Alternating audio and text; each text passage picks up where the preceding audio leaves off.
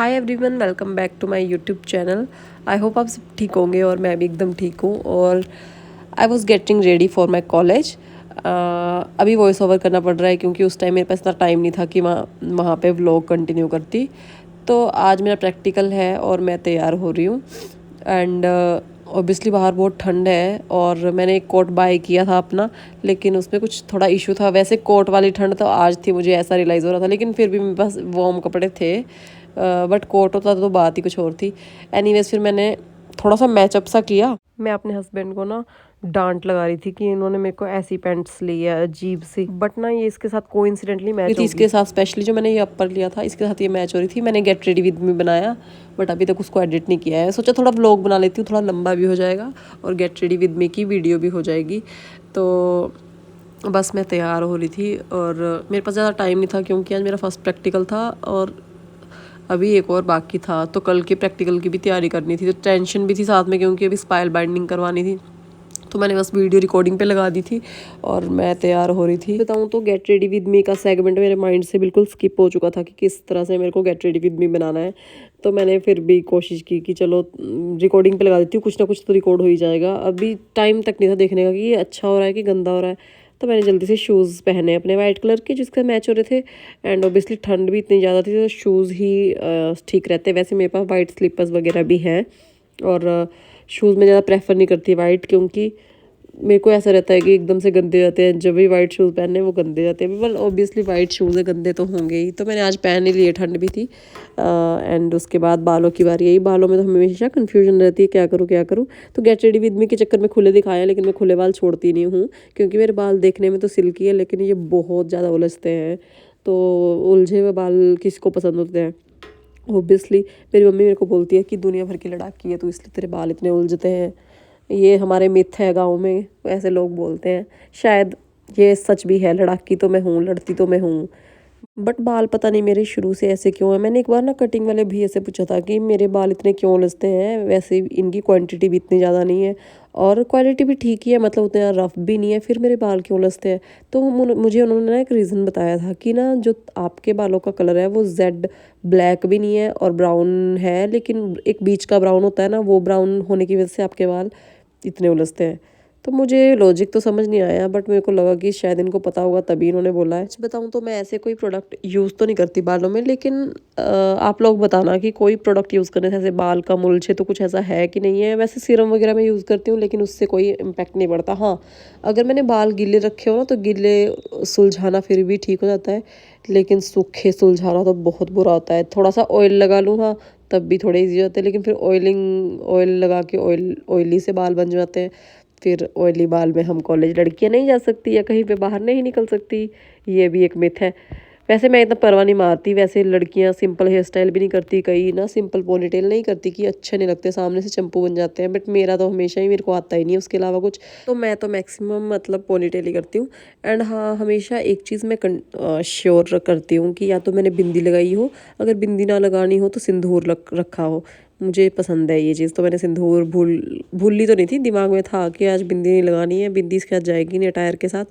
Attire ऐसे बोल रही हूँ जैसे पता नहीं क्या पहनना है, I mean jeans and casuals के साथ नहीं जाएगी। तो मैंने सिंदूर जरूर लगवाया तो किससे लगवाना है। उसके बाद मैंने छोटा सा ब्लश भी लगाया। और अभी मैंने ना गेट रेडी विद मी की वीडियो बनानी थी इसलिए मैंने खुले बाल रख रही हूँ, बट ऐसा कुछ नहीं है, मैंने बाल बांध लिए बाद में, वो शायद मैंने वीडियो में कैप्चर नहीं किया होगा। तो बस मैं अब तैयार थी, 10-15 मिनट लगाए होंगे मैं तैयार होने को हार्डली। सो गाइज, अब से मैंने सोचा है कि वीडियोस तो मैं बना के रहूँगी। तो ये गेट रेडी विद मी का सेगमेंट कंप्लीट करने के लिए मैंने थोड़ा सा ड्रामा किया है जो आप देख सकते हैं मेरा। इसके बाद मैंने अपना फिट चेक भी दिया। ये बड़े लोगों की बात है, fit check and all, but ऐसा कुछ नहीं है। मैंने अपने नॉर्मल से कपड़े दिखाए जो मैंने पहने थे। तो इसमें ना मुझे ऐसा लग रहा था कि कैमरा में क्लियर नहीं आ रहा है। उसके बाद मैंने फ़ोन साइड में रखा। गाइज, मैं आपको बता रही हूँ कि एक क्रिएटर को क्या क्या करना पड़ता है। फ़ोन ही नहीं सेट हो रहा था यहाँ पे, फ़ोन सेट हुआ उसके बाद मैं पीछे गई।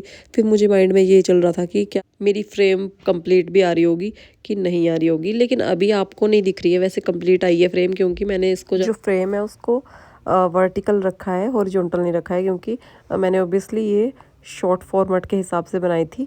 लेकिन अब मेरे को लॉन्ग फॉर्मेट में यूज़ करनी पड़ रही है क्योंकि मैं व्लॉग में इसको एडिट कर रही थी और यहाँ मैं बहुत लेट हो गई थी क्योंकि अभी मुझे काम भी करवाना था। मैं चली गई थी एक वर्कशॉप में, वहाँ पे मैंने अपनी पहले तो प्रिंट आउट्स करवाए, उसके बाद मैं थोड़ा बाहर घूम रही थी, वहाँ पे इतने प्यारे फ्लावर्स थे तो मैंने इनको रिकॉर्ड कर लिया। और जब मैंने इनको पास से रिकॉर्ड किया ना, इनके ऊपर मिट्टी थी बारिश की वजह से।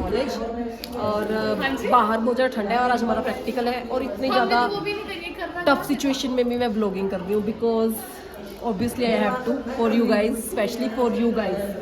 सो मैं इन तितलियों से तो आप मिल चुके हैं हमारी, ठीक है। और ये टोपू इससे भी मिल चुके हैं और ये हमारी काजल और ये दो हमारे बॉयज़ हैं जो इनको बिल्कुल कैमरा होलिक नहीं है ये। सो गाइज मैंने आपको दिखा दिया कि हम प्रैक्टिकल के लिए आ गए हैं। अब आता जाता हमको कुछ नहीं है लेकिन हमने फाइल्स जैसे तैसे प्रिपेयर कर ही ली है। ये नहीं है, इनकी है ये अभी नहीं, अभी थोड़ी देर बाद पी लेगा ना, ठंडा होता है ना। मेरा ब्लॉग शूट। सुबह इस प्रैक्टिकल का हमको पता चला कि प्रैक्टिकल 1 बजे से और हम सुबह के बेवकूफ़ बने हुए यहाँ पे आके। और सर ने एकदम से टाइमिंग चेंज की क्योंकि उनको कुछ काम आ गया था, बट वो हमारे लिए फिर टेंस्ड हो गए क्योंकि अभी हमारा कल भी प्रैक्टिकल है, उसकी तैयारी हमने सोचा था 12-1 बजे फ्री हो कि हम उसकी तैयारी करेंगे, बट वो भी पॉसिबल नहीं है अब। और अब मेरे को और भी टेंशन हो रही है।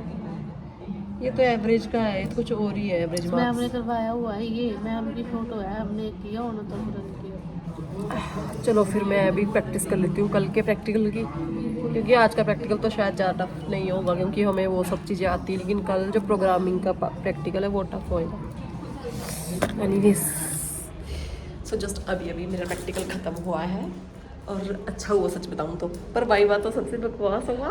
वाइवा में कुछ नहीं आता है लेकिन सर ने नंबर लगा दी क्योंकि हम रेगुलर स्टूडेंट हैं, उसका हमें फ़ायदा हो गया। मतलब हम रोज़ आते थे क्लासेस लगाने, बट रिटर्न भी मेरा थ्योरी वाला भी अच्छा हुआ, प्रैक्टिकल भी अच्छा हुआ। So I am happy and waiting for other. सबसे पहले मेरे को ही बाहर किया, आ जाओ आ जाओ।